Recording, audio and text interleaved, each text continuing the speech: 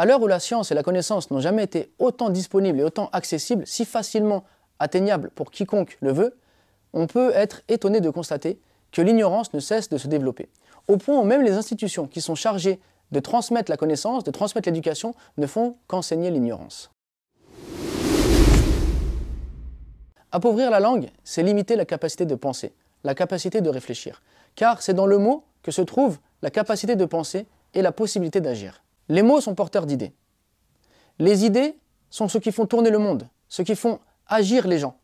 Sans les mots, impossible d'avoir des idées. Sans des idées, impossible d'agir. C'est en ça que les médias sont encore plus forts qu'une armée. Car si une armée peut contrôler les corps, peut empêcher les gens de faire ou de ne pas faire, les médias peuvent contrôler l'esprit des gens. Parce qu'ils les empêchent de penser ou bien ils dirigent leurs pensées là où ils ont envie de les emmener. Une fois le langage limité, notre vision du monde se trouve également limitée. On est comme dans une prison mentale de laquelle on ne peut plus sortir. On est comme aliéné. Mais qu'est-ce qui peut nous sortir de là? Qu'est-ce qui peut nous émanciper? Qu'est-ce qui peut justement nous désaliéner? La lecture.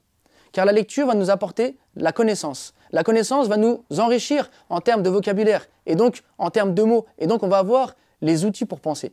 Et les outils pour penser vont nous donner la capacité d'agir, la capacité de changer, de se changer soi-même, de changer son quotidien, de changer les gens qui nous entourent. Alors que le fait d'être coupé de la lecture, d'être en permanence à regarder nos téléphones, regarder nos tablettes, regarder les réseaux sociaux, nous met dans une ère de médiocrité où on n'a plus les moyens de penser. Et donc on n'a plus les moyens de se libérer, on n'a plus les moyens de s'émanciper. C'est pourquoi on a parlé de la méthode d'Ibn Badis comme la plume qui soumet les canons. Car avec son écriture, avec son insistance sur la connaissance, il a réussi à désaliéner toute une population.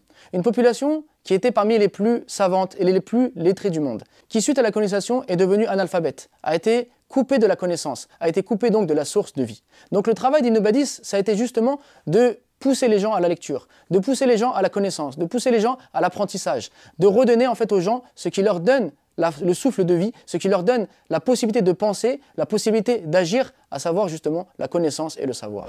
Ainsi, le livre est l'outil essentiel pour faire réfléchir la personne, pour lui redonner force, pour lui redonner vie, pour lui permettre de penser. Et lorsqu'on lit, on apprend des nouveaux mots. Lorsqu'on apprend des nouveaux mots, on peut donc désigner ses peurs, désigner ses craintes, désigner ses espoirs. On peut donc comprendre le monde et on peut donc se changer soi-même. Et c'est se tourner vers la connaissance, c'est apprendre à être libre.